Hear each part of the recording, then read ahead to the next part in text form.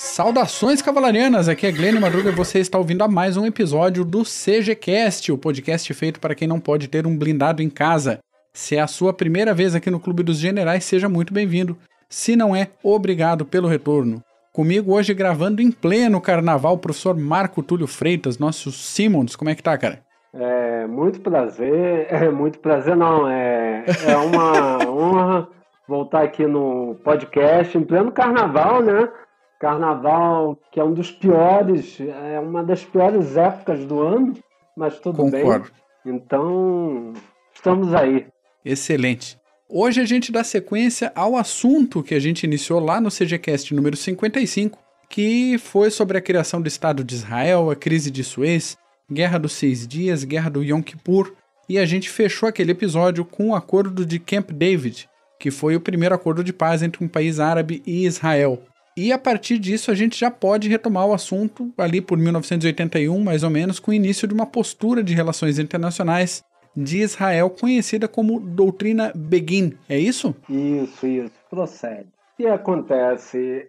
Um dos grandes temores de Israel sempre foi a reunião de todos os árabes contra eles, por causa do número, é uma questão de quantidade, é uma questão quantitativa, e o segundo maior temor é a tentativa de algum árabe não confiável, conseguir uma arma de destruição em massa. E para isso Israel tentou, durante toda a sua história, desde a década de 50 mais ou menos, eliminar qualquer tentativa de algum Estado árabe não confiável, é claro, de conseguir uma arma de destruição em massa ou de ter um programa de vetor, né? Programa de lançador de foguetes, etc. Então ele tentou de qualquer forma e até agora tem tido um sucesso, apesar de toda a chiadeira da comunidade internacional, mas é aquele negócio. Israel é pequenininho, é um país do tamanho de Sergipe, mais ou menos, cercado de inimigos, então ele tem que apelar para a tecnologia, ele tem que apelar para a agressividade. A doutrina militar dele predispõe que as forças de defesa de Israel saiam para o campo inimigo batalhar, nunca deixe o inimigo atravessar a fronteira, nunca deixe o inimigo invadir Israel, porque se invadir Israel vai ter que lutar no mar. Então ele sempre teve uma postura agressiva. E essa postura agressiva ela vem articulada de duas doutrinas, mais ou menos. Uma é aquela que a gente falou, a doutrina de dissuasão, tá certo? E ele tem que ter qualquer ameaça contra Israel. O inimigo tem que estar certo, tem que ter certeza de que haverá uma resposta muito grande, muito forte, muito robusta. E agora a segunda parte é a doutrina Begin, que é a doutrina que impede, foi criada por um dos ministros da defesa de Israel, que impede que qualquer Estado árabe não confiável, de novo, não confiável, tenha armas de destruição em massa. Entendi. Então, por princípio, qualquer possibilidade, não qualquer concretização disso, mas qualquer situação que Israel perceba que pode ser ameaçadora, a princípio Israel vai fazer uma intervenção e acabar com isso antes que o perigo seja maior. Isso. De qualquer forma. Qualquer ameaça, por menor que seja, ele vai ter uma resposta muito forte, muito robusta.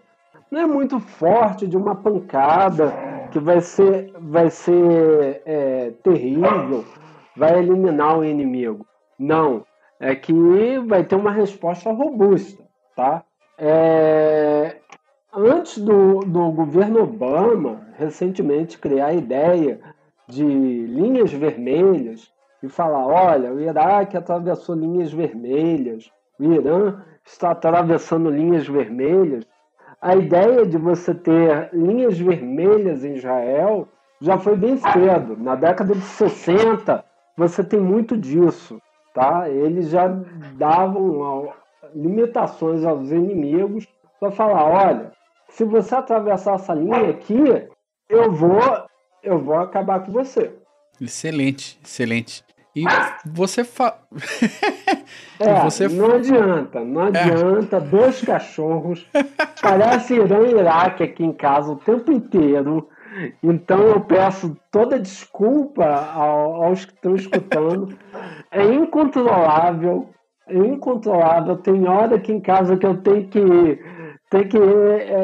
me vestir de Estados Unidos da América e bater nos dois, e botar ordem na casa, porque os excelente. dois brigam o tempo inteiro, mas enfim.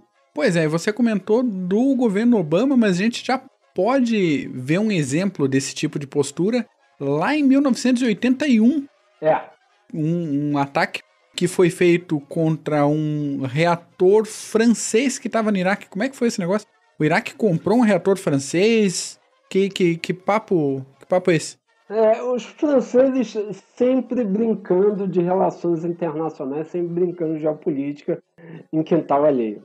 O Jacques Chirac, numa visita dele ao Iraque, ele prometeu tecnologia nuclear de enriquecimento, de reator nuclear, enriquecimento de plutônio aos iraquianos, de Saddam Hussein. Então ele prometeu, levou esses dois reatores e isso daí acendeu a luz amarela para os israelenses. Até porque o que acontece é o seguinte, mais ou menos o seguinte. Quando a coisa entra nós temos dois tipos de ameaça. Uma ameaça de infraestrutura, tá certo? São reatores, usinas, etc., em que as forças militares de Israel tomam conta, se responsabilizam de neutralizar essa ameaça. E outra ameaça é a mais cognitiva, tá? Ela é mais cognitiva, ela é mais de recursos humanos.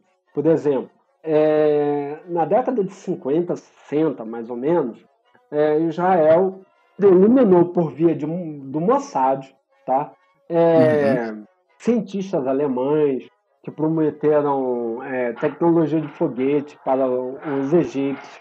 Tá? Tem o personagem do Heinz Krug, tem o personagem do famoso operador da Alemanha nazista que foi atrás de cientistas alemães que estavam sendo contratados pelo egípcio. Inclusive, você tem aqui no Brasil, por incrível que pareça, uma história muito mal contada, de que o pessoal aqui de São José dos Campos estava entregando plutônio enriquecido ou alguma coisa parecida para os iraquianos.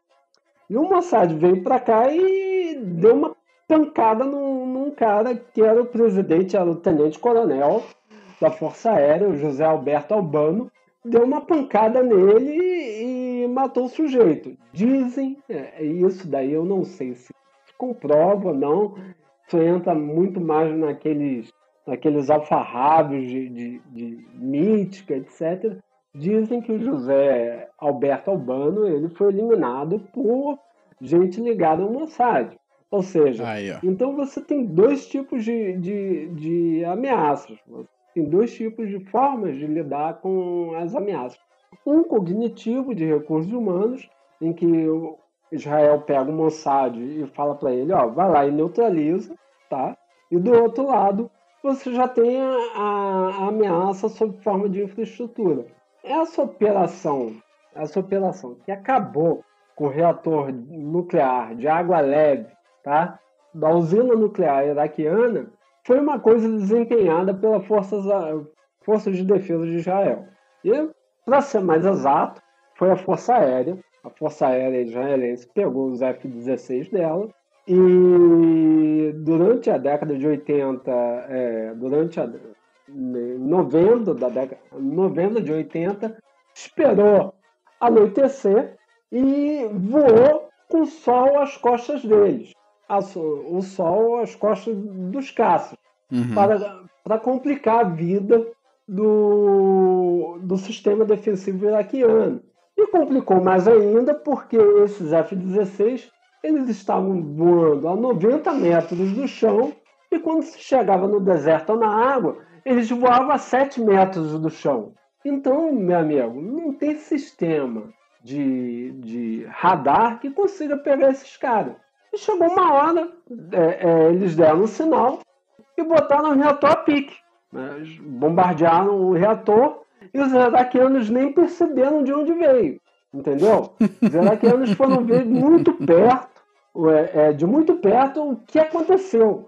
E o mais engraçado de tudo é que essa usina nuclear de Osirak, ela já tinha sofrido um bombardeio de iranianos. Então, quando os iraquianos aumentaram a defesa dessa usina nuclear, eles não contavam exatamente que um dia os israelenses iam chegar e iam acabar com o programa nuclear iraquiano. Como de fato acabaram botando esses 2 reatores a pique, acabaram com o programa nuclear iraquiano.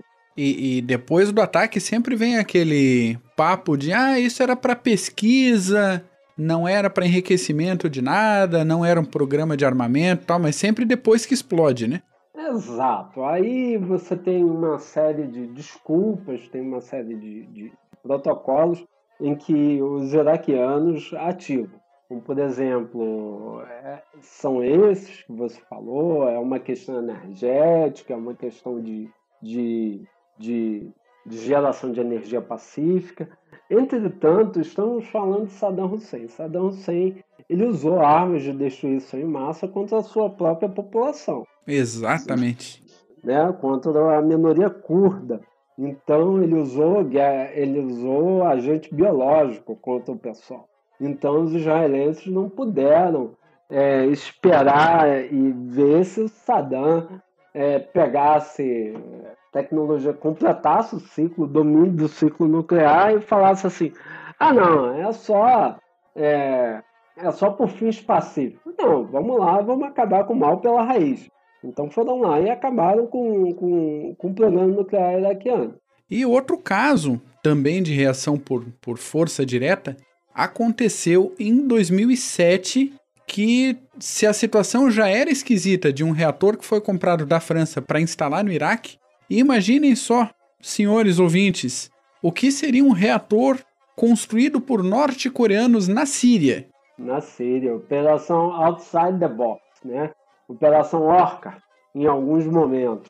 Então, os israelenses percebem em 2007, em pleno Ehud Olmert, que norte-coreanos auxiliaram a Síria para a construção de um reator nuclear. Então, eles tiveram que tomar a frente disso. E pediram por diversas vezes os americanos para auxiliarem essa iniciativa, só que os americanos, em 2007, estavam sendo comandados por pessoas que não estavam a fim de resolver o problema ali no Oriente Médio. Então, ele foi lá, como sempre, Israel falou, então eu tenho que contar comigo.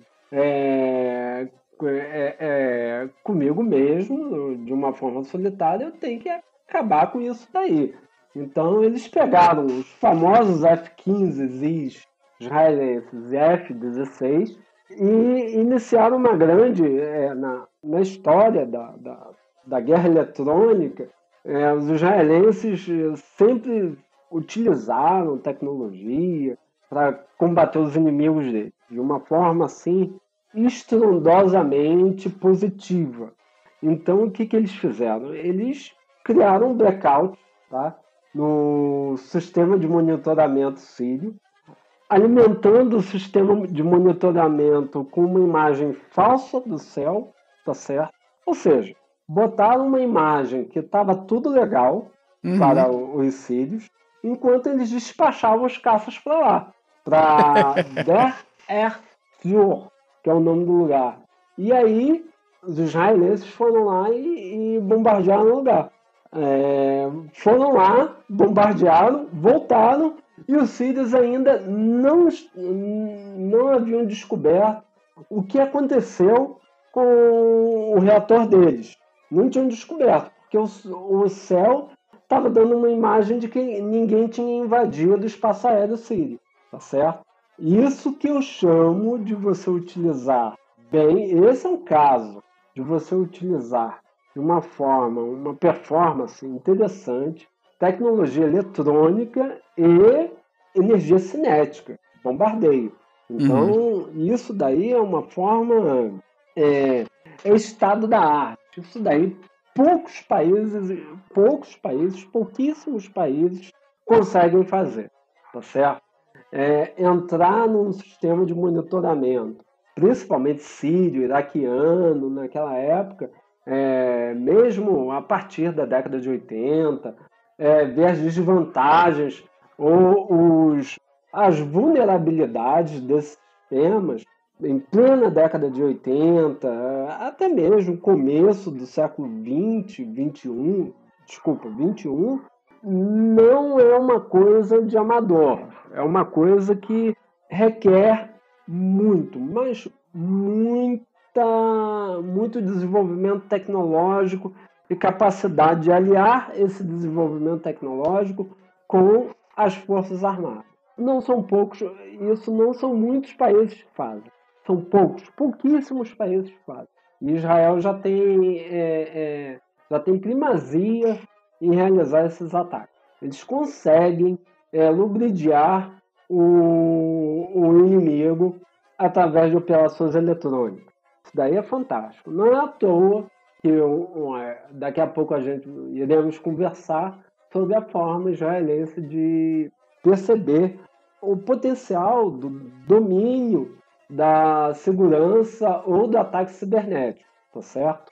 Pois é, uma coisa que eu achei curiosa, que eu estava lendo sobre essa operação, a Orca, é que ela aconteceu em 2007 e foi tão bem feita que ninguém falou nada depois do ataque, nem Israel, nem a Síria. Parece que começaram a falar abertamente o que tinha acontecido em 2014. Uhum. A Israel não querendo abrir o que fez para poder atingir esse objetivo e a Síria sem saber como explicar. Ele não queria reivindicar o ataque para dar problema. É uma das coisas que é um dos princípios mais básicos de guerra eletrônica ou de guerra cibernética desse tipo. Você não reivindica o ataque. Você utiliza muito bem do anonimato, entendeu? Você não quer aparecer. Então, é exatamente o que eles fizeram. Raras exceções de alguns países que falam, poxa, eu tenho essa capacidade, entendeu? Porque isso dá brecha para declaração de guerra.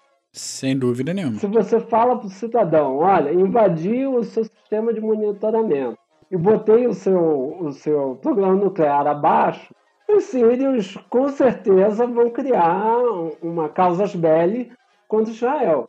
Então, se você utiliza desse anonimato, ataca, volta, e ninguém percebe o que aconteceu, nossa, isso daí é você dar uma pancada no sujeito, o sujeito não vê de onde veio, entendeu? E você não ter os custos de uma batalha depois. Que ele não tem como falar contigo que foi você que fez isso. Né? Ele não tem como. Até porque os caças utilizados no programa, na operação, eles foram descaracterizados, tá certo? Eles foram completamente descaracterizados. Não que alguma coisa não indicasse que foi Israel que fez. Todo mundo ali da área sabe. Sim. Quando cientista de foguete ou cientista de programa nuclear iraniano ou iraquiano ou sírio morre, primeiro suspeito é a inteligência israelense. O segundo suspeito ser inteligência americana. Terceiro suspeito inteligência francesa e por aí vai. Então, o anonimato protege. Israel sabe utilizar muito bem essa história do anonimato, de como você atacar o inimigo de forma anônima e não deixar que o inimigo perceba que foi você que fez aquilo. Não criar uma casus belli para o sujeito chegar, vou invadir agora você, já que você me atacou. Então, ele não faz isso. Ele já tem essa característica. Já é característico de todas as agressões ou todas as iniciativas israelenses de ser completamente anônimo. Raramente os israelenses reivindicam um ataque. Como, por exemplo, recentemente eles atacaram a Jihad Islâmica na Síria e falaram, olha, foi nós que fizemos, tá? Todo mundo fica quieto, todo mundo fica legal, todo mundo fica bonitinho aí sentado, porque foi nós, tá? Foi nós, tá? Aí a Síria ficou quieta, ela ficou completamente quieta, até porque ela está com problema ali na Guerra Civil, a Guerra Civil síria se arrasta durante um bom tempo ainda está se arrastando, e não é no meio de uma guerra civil que você vai procurar guerra com um dos seus principais inimigos, que é um inimigo que tem a capacidade de te jogar na Idade da Pedra, se ele quiser. Ele tem essa performance, ele pode fazer isso. Os sírios sabem disso. Sírios, iranianos, iraquianos, esse pessoal sabe da performance, da capacidade israelense de acabar com acabar com qualquer suspeita de, olha, você está rompendo mais uma linha vermelha. Então, eles sabem disso, tá? E falando nesse fator de bater e ninguém saber de onde veio, explica pra gente como é que todo mundo que tá ouvindo a gente pode, de repente, sem saber, ser parte do sistema de colaboração de Israel contra os sistemas de enriquecimento de urânio e sistema nuclear iraniano. Aí a gente entrou num mar que, olha, eu vou te dizer, os caras, se eles são capazes de dar uma pancada nos outros sem ninguém saber, eles dessa vez, eles foram para o estado da arte. Não tem jeito, foram para o estado da arte, acabaram de golpear os iranianos de uma tal forma que os iranianos até hoje tentam compreender o que se passou ali. Até hoje não tem como. Sinceramente, hoje não tem como você... Até hoje não tem... Você pega inúmeras publicações sobre esse ataque. E todos eles são uníssonos em falar, olha, eles andaram num caminho, eles romperam uma barreira que ninguém tinha pensado ainda. Ninguém tinha pensado. E eles foram lá e fizeram. E isso foi acabando com a brincadeira, né? A gente está falando do Stuxnet. Stuxnet, né? Ele é um vírus, é um worm, né? E atingiram as centrífugas iranianas, tá certo? E levou o programa nuclear iraniano, deixou o programa nuclear iraniano desnorteado durante uns 3-4 anos, mais ou menos, tá certo? A coisa básica, a função básica foi o seguinte: o Stuxnet, ele é um vírus, tá? E é uma que a gente pode caracterizar como uma cyber arma que foi construída pelos Estados Unidos e Israel, muito mais pelos israelenses e muito menos pelos americanos, tá? Em que eles exploraram a seguinte coisa. Eles pegaram e perceberam que as centrífugas iranianas utilizavam um programa muito particular da Siemens, que é o SCADA. Tá? SCADA, poucos computadores utilizam o SCADA. tá? Que é um programa de controle, aquisição de informação, e então esse vírus ele foi desenhado para atingir todos os computadores que tinham a linguagem SCADA, inclusive os computadores da usina nuclear, da principal usina nuclear iraniana, tá certo? E aí, enfim, só que esse vírus, ele não foi colocado, o pessoal fala de cyberguerra, o pessoal fala de guerra cibernética, como se fosse uma coisa de luta de nerd que joga LOL, né? Nerd que joga LOL, pega o computador dele, coloca na internet, oba, hoje vamos invadir o SCADA, vamos invadir a usina iraniana. Não, não é isso, tá? Não é isso, calma. Vamos, por mais que os filmes de Hollywood corroborem com essa perspectiva, ela não ocorre, tá? O que ocorreu foi o seguinte, foi a boa e velha inteligência humana, tá? Quando a gente fala de inteligência humana, a gente está falando do ser humano que vai lá e faz o serviço, tá certo? E não inteligência eletrônica. Alguém, um fulano X, ligado às forças de inteligência de Israel, tá? Ou nem mesmo ligado, vamos supor, um cientista iraniano gosta de menininho e falaram para ele assim, pegaram, olha, sujeito, você gosta de menininho, tiramos foto de você com menininho. O que você tem que fazer é pegar esse pendrive, flash drive, e colocar no computador da usina, tá? Só isso, para a gente apagar essas fotos ou, enfim, acabar com essa chantagem. E aí o sujeito faz, enfim. Ou pode ter sido também um espião israelense. Estava lá na usina, e foi lá na usina e colocou o flash drive e acabou com o programa nuclear iraniano por um bom tempo, entendeu? A gente não sabe como se deu, quem foi o ser humano que fez isso. Nem os iranianos sabem sobre isso. Mas a coisa foi mais ou menos desse tipo. O sujeito pegou o flash drive com o vírus e foi lá, rodou no computador. E o mais incrível de tudo isso é que o número de computadores infectados, tá?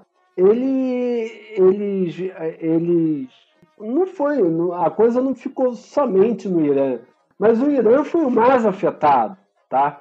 60% dos computadores infectados foram do Irã, 20% da Indonésia, os outros poucos da Índia, outros poucos do Azerbaijão, outros poucos até dos Estados Unidos, outros poucos do Paquistão e quase 9,5% o resto de todo o planeta. Ou seja, a coisa foi desenvolvida para atacar, né, computadores iranianos. Não tem jeito, entendeu? Então, pode ser que o nosso ouvinte não saiba, mas pode ter o Stuxnet instalado em algum lugar aí.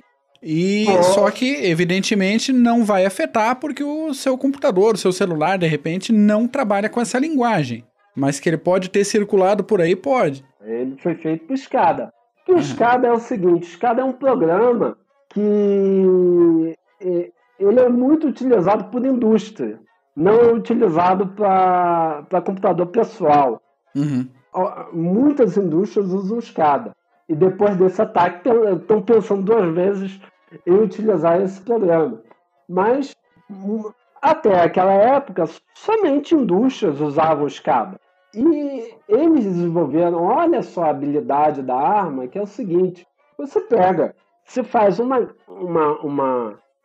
cyber arma que ela é feita, ela é customizada para atacar diretamente o seu inimigo, entendeu? E não causar danos a mais ninguém, somente ao seu inimigo. A arma ela foi desenhada para atacar ele, somente ele. Isso é interessantíssimo, porque ele foi lá, entrou no computador, entrou nos computadores da usina nuclear iraniana e todo o processo de centrifugação, de separação de material nuclear, de gás, de centrifugar gás, acabou de uma hora para outra. Pararam as centrífugas. Não tem jeito. E o pior, quando essas centrífugas acabam, não é simplesmente você passar o antivírus e resetar. Meu irmão, tu tem que pegar as centrífugas, tem que jogar fora. Acabou. Não tem como botar ela de volta, entendeu? Para funcionar. Você perdeu, deu BO, deu PT nela, tá certo? Deu PT. De uma hora para outra, deu perda total na maioria das centrífugas iranianas. Acabou. Assim você eliminou o glorioso programa nuclear iraniano, tá certo? E o pior, e o mais interessante, ninguém percebe que foi você, tá certo? Ninguém percebe que você atacou, ok?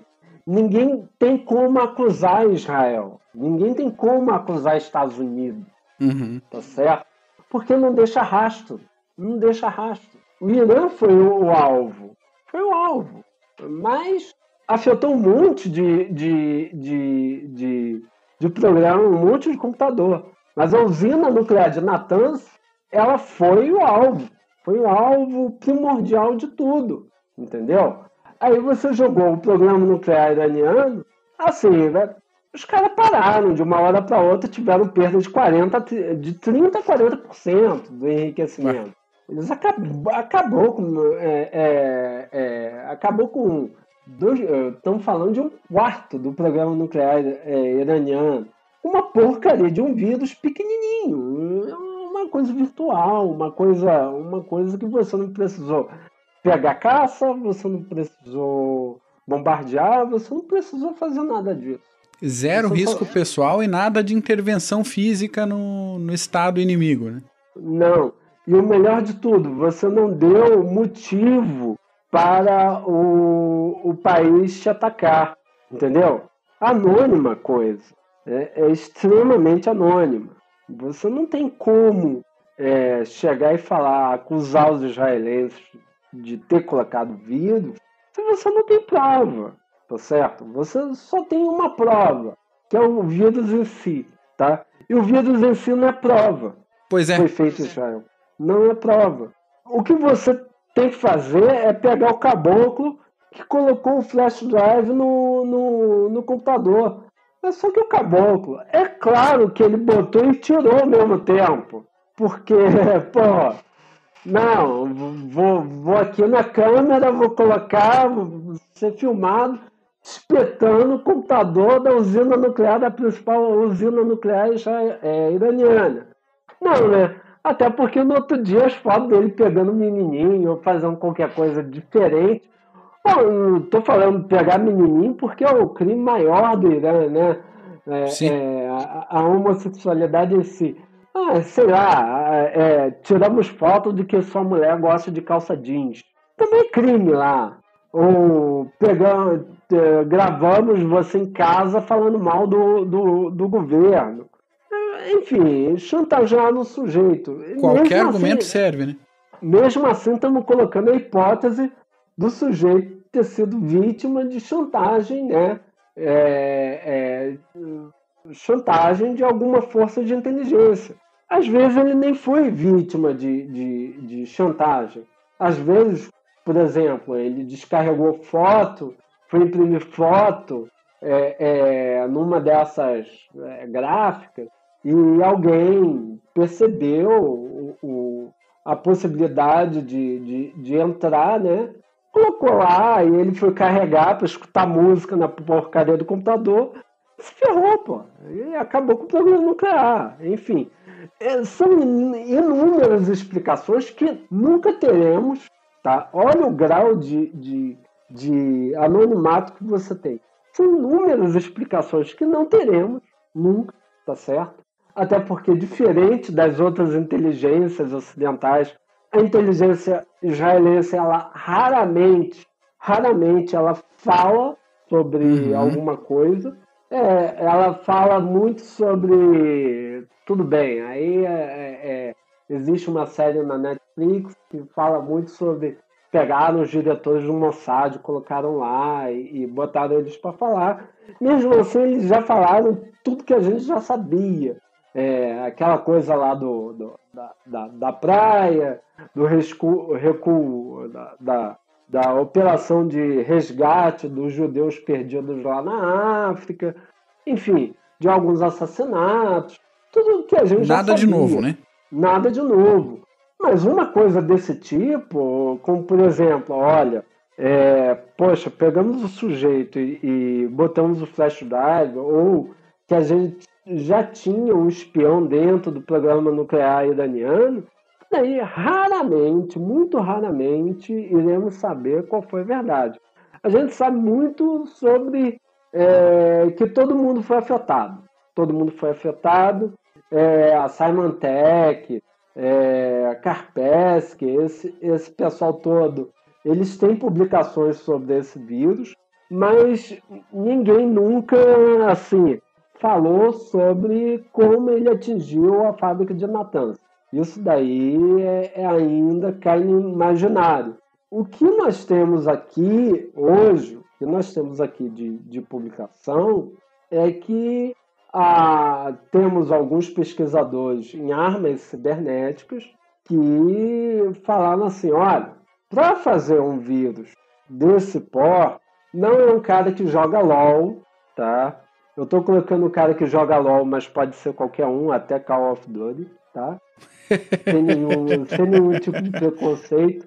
Mas um vírus desse porte tem que ser Estado. Não tem como ser um troll, um grupo de cyber warrior ou alguma coisa do tipo. Não tem como. É coisa de Estado. É coisa de Estado em que você pegou... teve muito dinheiro rolando, teve muita tecnologia, teve muita infraestrutura. Isso é coisa de Estado, não é coisa de anônimo, não é coisa de criança de 15 anos que invade o site do Pentágono ou invade o site da NASA.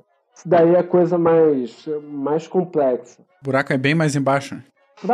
Para a gente ter mais para a gente saber um pouco mais sobre isso, o sujeito tem que saber muito, muito, muito, muito, muito de matemática, por exemplo. De novo, eu falo, se qualquer país eco, tá? Não interessa, qualquer país eco quer ir para o 4.0, Revolução 4.0, quer investir nas novas indústrias, ele tem que ter uma base extremamente forte de matemática. Não é com base em ciências humanas, tá?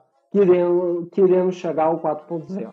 É com base em matemática, porque a linguagem do mundo cibernético é matemática, é cálculo, tá certo? É cálculo, é algoritmo. Não é diálogo platônico, não é diálogo socrático que as máquinas conversam. As máquinas conversam entre si através de matemática. Se você não tiver uma base fortíssima em matemática, meu amigo, esquece. Você vai ficar comprando tecnologia de muita gente e você nunca vai desenvolver a sua. Pronto, acabou. E entendeu? Aí já era a tua segurança, né? Já era a sua segurança. É igual aquela coisa. O Brasil, ele alardeou por muito tempo que o Brasil conseguiu pegar uma Copa do Mundo, umas Olimpíadas e o Papa e colocar aqui no Centro de Defesa Cibernética do Exército, blá, blá, blá, blá, blá, não houve ataque, blá, blá, blá, blá, blá, blá, blá, blá. Enfim, conseguiu, beleza, não aconteceu. Mas isso não quer dizer que estamos imunes, ok? Qualquer Estado, tá? Defesa cibernética, ameaça cibernética, isso ainda está na esfera de Estado, não está na esfera de terroristazinho, não está na esfera de pessoa física. Não existe isso. Isso é coisa de Hollywood. Pois é, uma coisa que você falou agora que eu acho bem pertinente. Não sofremos ataque cibernético durante esses grandes eventos no Brasil, mas também não sabemos se foram tentados, ou pelo menos se foram tentados por gente séria. que tinha gente no computadorzinho de casa tentando fazer alguma coisa, colocar fotinho no site de alguém, isso sempre tem, todo dia tem. Mas algum ataque mais sério de segurança, jamais saberemos, né? Porque ataque sério de segurança é de um Estado inimigo. Um Estado inimigo que investe muito em tecnologia, investe em muita matemática, tem uma mão de obra extremamente sofisticada e ele está a fim de acabar, tá certo? Como o Brasil não está cercado de nenhum desses inimigos, beleza, continuamos aí a nossa vida com o carnaval.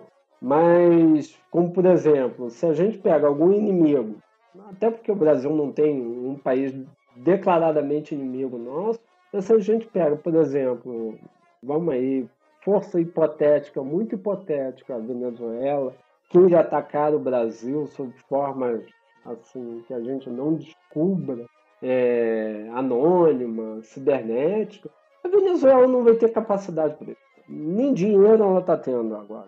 Imagina a capacidade de mão de obra. Isso é uma coisa que somente países, players das relações internacionais têm capacidade de fazer. Entendeu? Aí volta aquela coisa do... Eu sempre falo que o Brasil não entende, o Brasil não entendeu, não entende por muito tempo, não entendeu ainda a verdade que foi falada na nossa cara e a gente não compreendeu. Quando chegou um terceiro funcionário de bosta da chancelaria israelense, chamou o Brasil de anão diplomático. Sim. Uhum. A gente não entendeu aquilo. O brasileiro ficou muito... É o orgulho, né, da pátria, aquela coisa toda, não somos, e papapá. É Israel que vai para as Nações Unidas com cartolina para falar de bomba nuclear iraniana, mas a gente não entendeu essa frase ainda. Somos um anão diplomático. Somos, ainda seremos por um bom tempo. Porque esse país ele não adianta, é uma coisa ambidestra, que pouca gente consegue responder, tanto a direita quanto a esquerda não investe em educação, a nossa mão de obra é extremamente subqualificada, nosso país é pobre. Então, enfim, não somos players internacionais, não dá para sonhar nisso, não somos potência. Só que dentro do que somos, dentro desse quintalzão chamado América do Sul. Mesmo assim, eu costumo dizer para os meus alunos, somos com bastante, digamos, complacência de alguns países que, se eles fizerem um esforcinho pequeno, eles conseguem tirar o nosso lugar. Chile, Colômbia, esses países conseguem, de uma hora para outra, tirar a liderança brasileira na América do Sul. Então, o tal do deitado eternamente berço esplêndido será por muito tempo o nosso mantra em relações internacionais. Excelente, excelente. Mas ainda falta falar sobre um aspecto interessante, que eu acho interessante.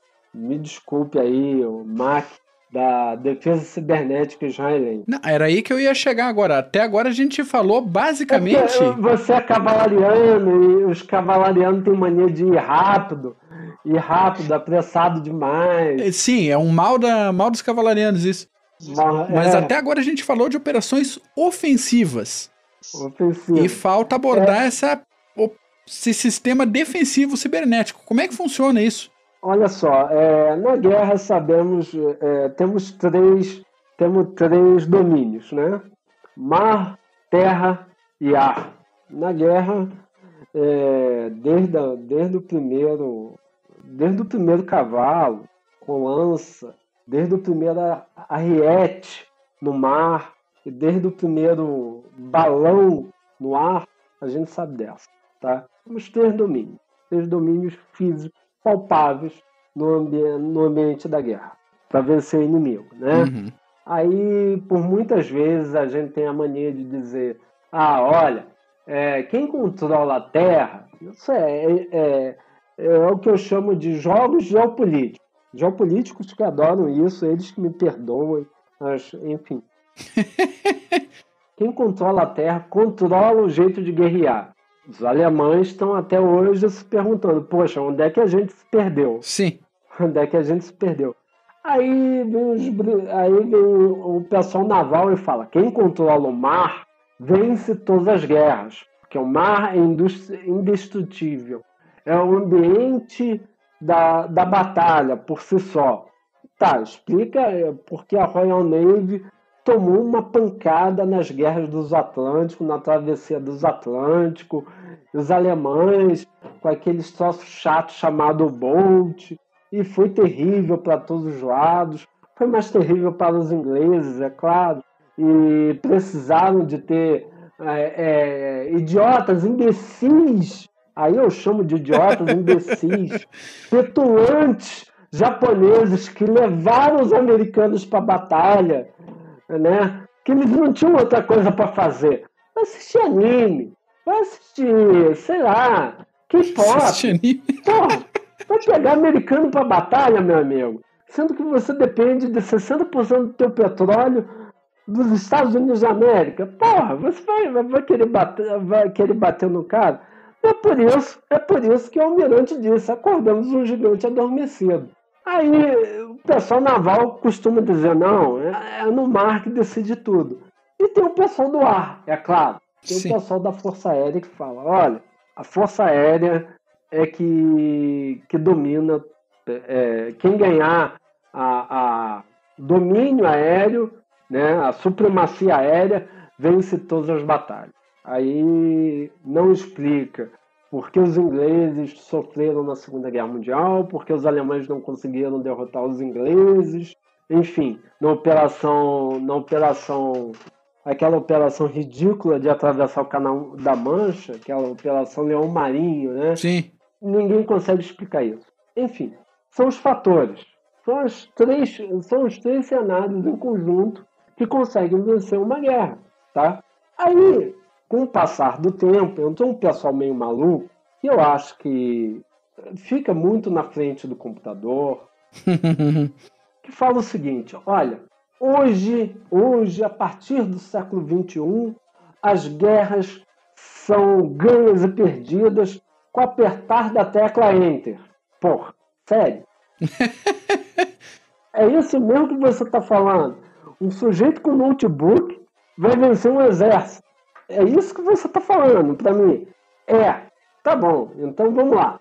Anos atrás tem uma piada, eu acho que é uma piada, é uma troça, é uma história, de que os tais dos anônimos quiseram sacanear Israel durante um tempo. Não, vamos invadir o sistema eletrônico israelense, vamos invadir o sistema cibernético israelense, até porque guerra eletrônica é outra coisa. Guerra eletrônica é radar, Sim. Radar, sistema de detecção, aquela coisa, é outra coisa. Vamos invadir o sistema cibernético israelense e vamos expor todos os espiões de Israel. A Israel mandou um e-mail para o Deep Web. Olha só, a gente sabe aonde vocês dormem. A gente sabe onde vocês dormem. Ou seja, para. Acabou. E o anônimo parou. O anônimo deixou de ser o anônimo não era tão anônimo assim. Ou seja, o que eu quero dizer? Temos que evitar alguma generalização, algumas generalizações. A guerra cibernética ela tem que ser vista com algumas limitações. Israel hoje é um dos poucos países que tenta compreender qual é o alcance dessa guerra cibernética, desse novo cenário que está descortinando por aí. Não é à toa que dentro das Forças de Defesa de Israel existem estudos e existe um departamento que trata a cibernética, né, o mundo cyber, como um domínio. Tá? Ou seja, os israelenses ampliaram. Agora, além de ser água, terra e ar, tem o cyber. Isso faz toda a diferença. Quando você chama aquilo de domínio, você já vai partir para a compreensão de como você vai usar aquele domínio para atingir seus interesses. Tá? E os israelenses andam fazendo isso, andam fazendo algumas brincadeiras em relação ao domínio cyber. Um desses indícios, desses produtos, é o próprio Stuxnet. Uhum. Ele, como arma de cyberguerra, parar programa nuclear, enfim, isso já é uma forma de você compreender esse domínio. Outra explicação, outra hipótese que a gente está tentando descobrir a resposta é a seguinte. Olha só, se você pode, por exemplo, já o pessoal do Sul que me perdoe toda a delicadeza que eu tenho, como por exemplo, você pega um jogador de LoL e ele vai invade a usina de Itaipu e desliga a usina de Itaipu, como se isso fosse possível. E joga o Brasil numa guerra civil mais do que a gente já está. E de repente diz, olha, se vocês não fizerem isso, a gente vai piorar a situação de vocês. É assim um raciocínio, entendeu? Ou seja, eles entram na infraestrutura, como a infraestrutura hoje está toda interligada, e desligam a nossa infraestrutura, água, gás, e jogam a população contra o governo. E o governo cai justamente por causa disso. Meu amigo, primeira ressalva. Já tentamos fazer isso quando a gente construiu o avião. O avião, quando ele foi construído, seja pelo Santos Dumont, ou seja pelos irmãos Wright, a gente pensou o seguinte, poxa, vamos bombardear uma cidade, deixar ela lá na Idade da Pedra e fazer com que os seus habitantes, os seus patriotas, lá com patriotas, vão lá, pegam as panelas e dão paneladas nos seus governantes falando para que isso foi longe demais, essa guerra foi longe demais. Bem, tentamos fazer isso com o avião. Só que aí teve uma história, teve uma coisa bastante interessante que aconteceu no meio disso tudo. Século XX, metade do século XX, os alemães tentaram de qualquer forma atingir esse objetivo, bombardeando as cidades europeias, para fazer com que as populações fossem um meio de derrubar alguns governos. Só que eles fizeram isso com os poloneses, não deu certo, teve que colocar cavalaria. Sim. Tentaram fazer isso com a Europa Oriental, não deu certo, tiveram que colocar cavalaria. Tentaram fazer isso com os russos, não deu muito certo, teve que colocar cavalaria, também não deu muito certo. Não funcionou. Não funcionou. Aí eles tentaram fazer isso com os ingleses. E os ingleses deu aquele efeito reboot, que foi o seguinte, quanto mais você bombardeava a Inglaterra, mais a população inglesa ficava ao lado de Churchill. Ou seja, meu amigo, você pode colocar um país, pode desligar a energia, pode desligar o que você quiser, cara. Mas se a população estiver ligada ao governante, tá? Ao governante, ela vai ficar junto com ele, entendeu?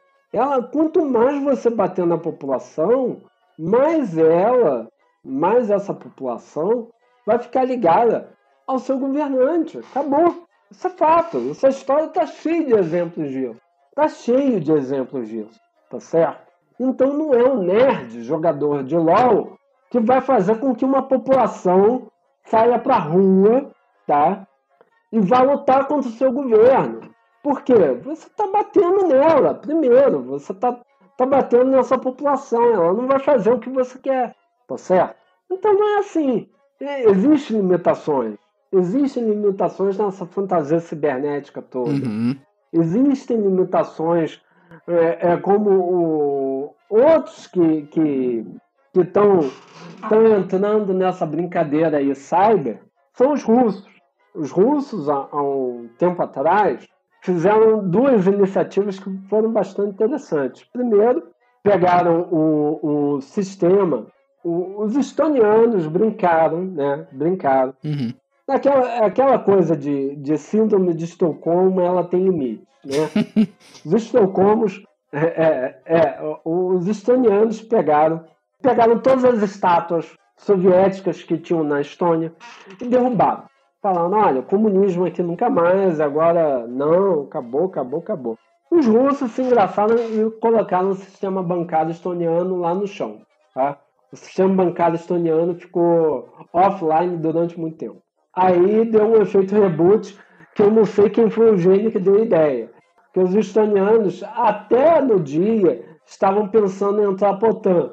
Né? Uhum. Aí depois que os russos fizeram isso, eles não pensaram, eles entraram na OTAN e ainda colocaram um centro de desenvolvimento de guerra eletrônica e cibernética na Estônia. Pronto. Da OTAN, ali do lado da Rússia. Ou seja, alguém não é bom em contas dentro da Rússia. Alguém estava com muita vodka quando tomou essa decisão. Mas, enfim, aí os russos aprenderam o seguinte: não basta você colocar o sistema a pique. Não basta você colocar um sistema bancário no chão offline. O que você faz? Você faz o seguinte: Geórgia, por exemplo. Você desliga a energia deles através de computadores, através de guerra cibernética. Uhum. Depois que você desliga, você invade a porta do local. Você invade com tudo que você tem. Aproveitamento de êxito. Ou seja, voltamos àquela brincadeira de que um domínio só, ele não resolve tudo. Ele não resolve tudo no campo de batalha. E os israelenses aprenderam isso durante muito tempo. Estão tentando aprender ainda como esse domínio pode ser utilizado. E isso é bastante interessante para nós, porque eles não só desenvolvem as formas agressivas, as iniciativas ofensivas dessa arma, como defensivas também. Ou seja, os israelenses são estudos de caso através de suas forças de defesa, através do seu exército, para países que queiram ter um mínimo de defesa cibernética bom. E acredito piamente que esse estudo de caso esse case serviu como implementação do sistema de defesa cibernética brasileiro durante muito tempo. Aqui o Brasil copiou de ipsilíteres o sistema de defesa israelense, porque os israelenses são atacados todos os dias. Claro que são atacados todos os dias de forma cibernética, mas só que eles têm essa capacidade robusta de se defender. Então, o Brasil, nessas três ações que a gente citou, do Papa, da Copa e das Olimpíadas, foram eles os grandes professores para o Brasil durante muito tempo. E não foi por incrível que pareça, os americanos. Os americanos, enfim, a gente sabe que os americanos têm os seus problemas. Só que são os Estados Unidos da América. Eles têm a possibilidade de... você deu uma pancada em minha cibernética? Tá bom, então. Eu vou pegar 3 submarinos armados de Tomahawk e você vai ver essa brincadeira cibernética virar cinética rapidinho. Fácil. Fácil. Certo? Simons, meu caro, alguma referência bibliográfica para o nosso ouvinte ir atrás sobre esse assunto? Olha, por incrível que pareça, de novo, vou falar, não existe. Incrivelmente não vai ter. Incrivelmente você vai ter, por exemplo, dossiês da Symantec, por exemplo. Tem o W32 Stunet Dossier para estudar. Tem algumas reportagens do Washington Post. Tem algumas coisas do FAS, que é a Federação dos Cientistas dos Estados Unidos. Tem alguma coisa sobre isso. Fora isso, meu amigo, não. Bem, você tem uma reportagem muito, muito interessante, que é do Der Spiegel, tá certo? Que é a arma miraculosa do Mossad. Como o vírus Stuxnet, ele abre uma nova era de cyberguerra. Você tem reportagem, mas você não tem livros ainda. Livros vai demorar muito tempo. Estamos falando sobre limiar da ciência ainda. É como se daqui a pouco, não estou de brincadeira, mas o Stuxnet ele está para o comando cibernético israelense, está como o comando Star Trek norte-americano agora, que é o comando espacial. Não tem ainda paralelo, não tem ainda muita massa crítica sobre isso. O que você tem muito é hipóteses, tentativas de compreender, e eu acho que estão muito longe da compreensão. Ah, sem dúvida. Até porque não faz sentido abrir muito sobre esse assunto se eles estão no domínio da tecnologia. Estão na ponta da lança aí. Não tem por que abrir. Os países são muito reticentes ainda por incrível que pareça, são poucos países ainda que controlam esse tipo de tecnologia. Você percebe, assim, pelo alto que Israel é um deles, Rússia pode ser um deles também, Estados Unidos da América com certeza, mas olha, países europeus, a Europa deve estar sentido na Idade Média, porque praticamente nenhum país europeu ainda fez alguma brincadeira sobre isso. Não se tem ainda essa perspectiva. Ou seja, são países que estão investindo pesadamente, e volto a dizer, em mão de obra sofisticada.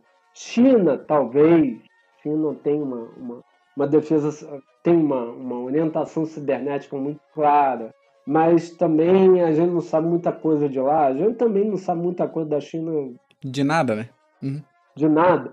Então, China, talvez. Índia, talvez também. A gente pega pelo paralelo. Países que investem muito no ensino de matemática aplicada, matemática hardcore, por incrível que pareça, são países que serão os principais atores numa guerra cibernética. E, por mais que Hollywood me perdoe, mas a guerra cibernética não será a guerra cibernética do enter, do cara que está lá no sótão ou no porão e digita um enter e acaba com o país. Não é isso. Não dá pé. Tá, não tem como. Sempre haverá uma forma analógica de resolver uma situação digital. Muito bom. Simons, meu caro, obrigado pela aula. Valeu mesmo. Eu que agradeço, é sempre uma satisfação estar aqui. Eu acho que agora a gente consegue dar cabo nós demos cabo daquilo que todo mundo gosta, né? Que você disse no início desses 2 episódios, que vira e mexe alguém te apurrinha aí, querendo falar sobre Israel. Fala sobre Israel. Eu acho que a gente conseguiu dar cabo nisso. Daqui a pouco a gente pode falar sobre algumas operações bem pontuais, como, por exemplo, o domo, né? Aquele domo de ferro deles, como eles prepararam aquilo, qual é a doutrina que está atrás daquele troço, daquela geringonça, como os americanos não têm, os israelenses têm, e por incrível que pareça, quem iniciou aquela tecnologia toda foram os americanos. Eles perderam a tecnologia, perderam a mão durante o caminho. Os israelenses continuaram com essa tecnologia, continuaram dentro dessa área, desse campo. Enfim, eu acho que agora a gente pode começar a falar sobre algumas coisas pontuais. Dá para ir mais no detalhe, né? Com certeza. Maravilha. Meu caro ouvinte, se você gostou desse episódio e acha que alguém mais pode gostar também, compartilhe o link, baixa o áudio, manda para o grupo da família, do trabalho, seja criativo, espalhe por aí a palavra do Clube dos Generais. Simons, obrigado de novo. Até um próximo episódio sobre Israel ou sobre outro assunto. É sempre bom ter você aqui no CGCast. É sempre um prazer e volto a falar. É igual como diria aquela filósofa que andou aqui no Brasil. Eu tenho uma meta para falar no CGCast. Quando eu cumprir essa meta, eu dobro essa meta, tá?